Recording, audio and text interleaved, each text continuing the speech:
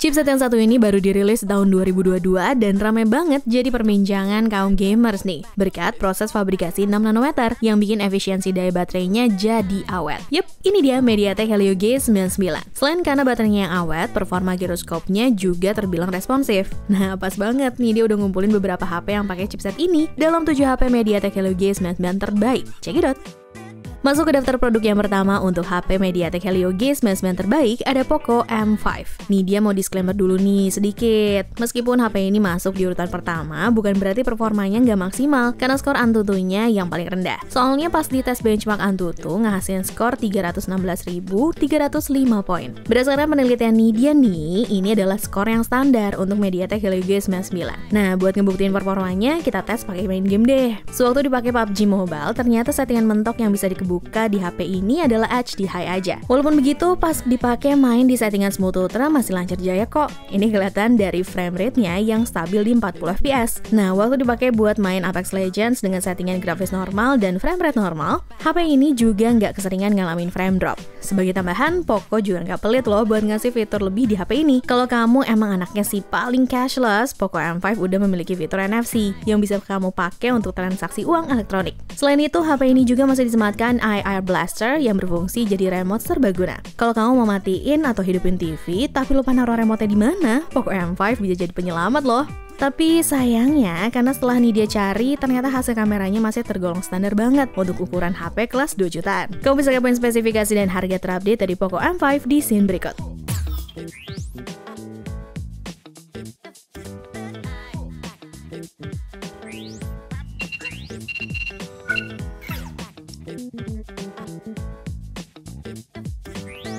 Selanjutnya di deretan video HP MediaTek Helio G99 ada Vivo V25e. Buat yang ngerasa kalau Vivo V25 Pro kemahalan, HP ini bisa jadi salah satu yang Nidya rekomendasiin. Tapi kalau dibandingin sama Poco M5, masih mahalan HP ini sih. Kira-kira apa ya yang bikin HP ini mahal? Ternyata yang pertama adalah karena HP ini punya skor Antutu yang udah nyentuh di angka 334.501 poin. Kamu bisa lihat dari Hilmi nih yang udah nyobain 3 game, mulai dari Mobile Legends, PUBG Mobile, sampai Genshin Impact. Untuk game Mobile Legends, kita bisa lihat Hilmi mainnya nyaman-nyaman aja, meskipun settingan grafis dan refresh rate-nya mentok di high. Pas Hilmi beralih buat main PUBG Mobile, hasilnya HP ini juga masih bisa dipakai main dengan nyaman di settingan Balance Ultra atau HD High. Udah gitu, giroskopnya juga responsif loh. Nah, yang terakhir waktu Hilmi nyoba buat main Genshin Impact, hasilnya ternyata meskipun masih rada ngadet guys, tapi kalau dipakai main di settingan low 60 fps masih terbilang playable ya. Gak afdol rasanya kalau ngomongin HP Vivo tapi nggak ngebahas kameranya. Di Vivo V25e ini udah dilengkapi dengan konfigurasi triple kamera yang sensor utamanya 64 megapiksel. HP ini juga dilengkapi dengan kamera selfie 32 megapiksel yang bisa ngasih kamu kualitas foto yang terlihat tajam dan natural. Beberapa fitur kamera yang tersedia di kamera ini juga punya fungsi yang baik kok, seperti bokeh flare portrait yang mampu bikin foto bokeh malam hari kamu jadi lebih sinematik, sampai double exposure yang bikin foto kamu jadi kelihatan lebih artsy. Untuk spesifikasi dan harga terupdate dari Vivo V25e ada di scene berikut.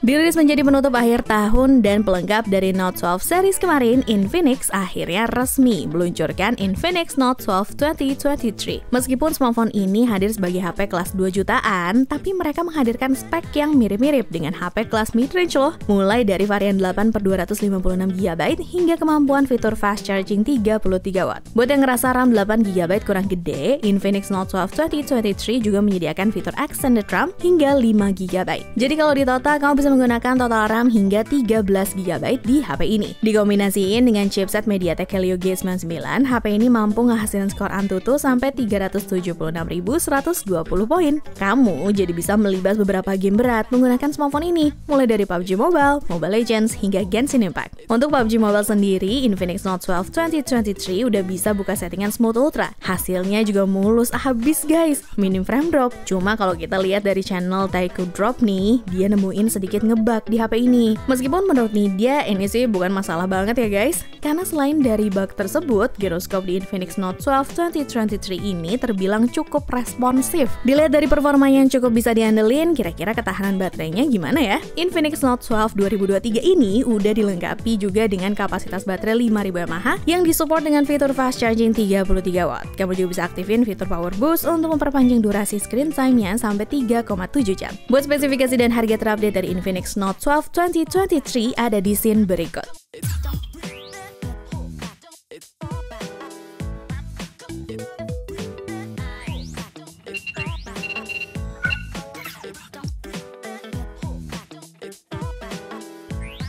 Bukan cuma Infinix aja yang bisa nawarin RAM 8GB dengan harga 2 jutaan. Kenalin nih sama Tecno Pova 4 yang hanya menyediakan varian ROM 128GB. Tapi kalau kamu masih ngerasa kurang, nih dia bakal nyaranin untuk ngambil yang versi Pro-nya karena masih sama-sama pakai chipset MediaTek Helio G99. Ngomongin soal performa, HP ini udah bisa ngasihin skor Antutu 366.422 poin. Ketika HP ini dipakai untuk main PUBG Mobile di settingan balance ultra, hasilnya stabil banget guys. Bahkan frame rate-nya rata di kisaran 40-50 fps. Gak kalah kerennya lagi, Tecno Pova 4 sudah menyediakan fitur Hard Gyroscope. Kalau dipakai main Genshin Impact, HP ini juga bisa main di semua settingan yang tersedia. Cuma kalau kita lihat dari channel Smartphone Gaming Task, yang main game ini di settingan low 60 fps, ternyata lancar-lancar aja loh Praisubania. Walaupun sempat ada frame drop sedikit di awal. Supaya kamu makin puas lagi gaming di HP ini, pihak Tecno juga nggak ketinggalan untuk maksimalin kapasitas baterainya. Tecno Pova 4 udah dilengkapi dengan kapasitas baterai jumbo 6000 mAh yang dijamin bakalan awet berkat proses fabrikasinya yang termasuk kecil. Untuk spesifikasi dan harga terupdate dari Tecno Pova 4 ada di scene berikut.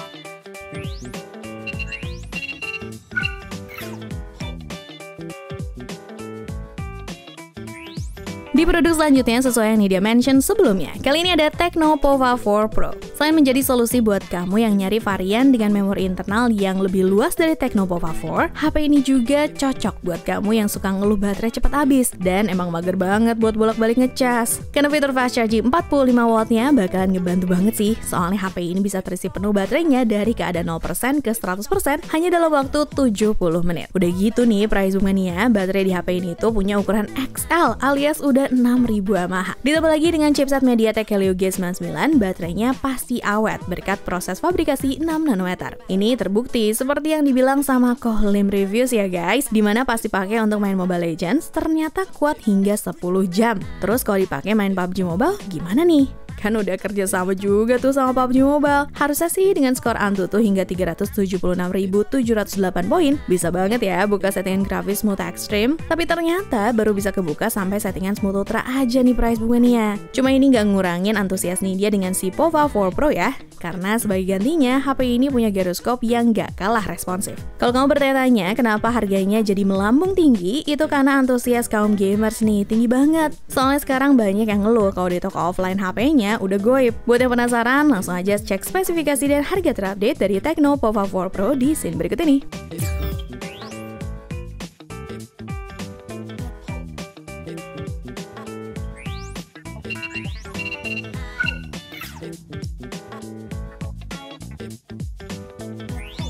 Lanjut lagi, kali ini ada Infinix Zero 20. Seperti yang bisa kita lihat, secara keseluruhan body, smartphone ini udah pakai bahan metal. Meskipun ya baru di bagian framenya aja ya, karena untuk back covernya sendiri masih pakai bahan polikarbonat alias plastik dengan finishing matte. Beralih ke sektor kameranya, Infinix Zero 20 untuk kamera selfie udah pakai resolusi 60 megapiksel dengan fitur OIS-nya yang stabil. Intinya sih kamu nggak usah takut hasil videonya jadi geradakan deh, karena dijamin pasti mulus dan stabil. Urusan performanya gimana ya? Selain menggunakan mesin terbaru buatan MediaTek yang diklaim baterainya mampu bertahan hingga seharian penuh, HP ini juga membawa fitur fast charging yang udah support 45 watt. Fitur ini bahkan diklaim mampu ngecas dari 0 sampai 100% hanya dalam waktu kurang lebih 1 jam. Selain baterainya yang awet, HP ini juga mampu menghasilkan skor Antutu hingga 381.414 poin. Mau dipakai multitasking sekaligus gaming berat pun gak jadi masalah, karena skornya juga udah ngalahin Tecno Pova 4 Pro. Tapi sayang banget, dia harus balik lagi ke bahasan kamera, soalnya smartphone yang satu ini belum support support perekaman video 4K guys. Udah gitu pemindai sidik jarinya juga belum in display. Buat yang nggak masalah sama kekurangannya, kamu bisa kepoin spesifikasi dan harga terupdate dari Infinix Zero 20 di scene berikut.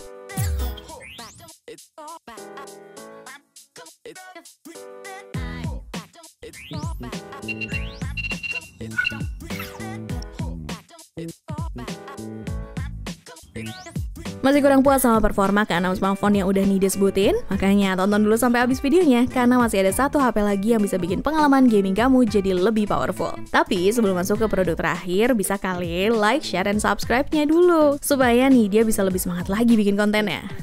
Masuk di urutan terakhir sebagai HP MediaTek Helio G99 terbaik ada Realme 10. Kalau smartphone kamu yang sekarang masih kentang dan pakai chipset jadul, kayaknya harus diganti nggak sih? Apalagi kalau kebutuhan kamu gaming banget. Nah, dengan Realme 10 yang udah pakai chipset terbaru ini, ternyata bisa dipakai buat main Mobile Legends dengan nyaman. Ini terbukti dari semua produk yang udah disebutin, ternyata HP ini punya skor Antutu yang paling tinggi di angka 383.262 poin. Bang Bewok sendiri udah nyobain main Mobile Legends di HP yang satu ini. Kalau nih dia lihat sih, dia puas banget loh sama hasil grafisnya. Gak percaya? Nih, coba dengerin. Smooth aja.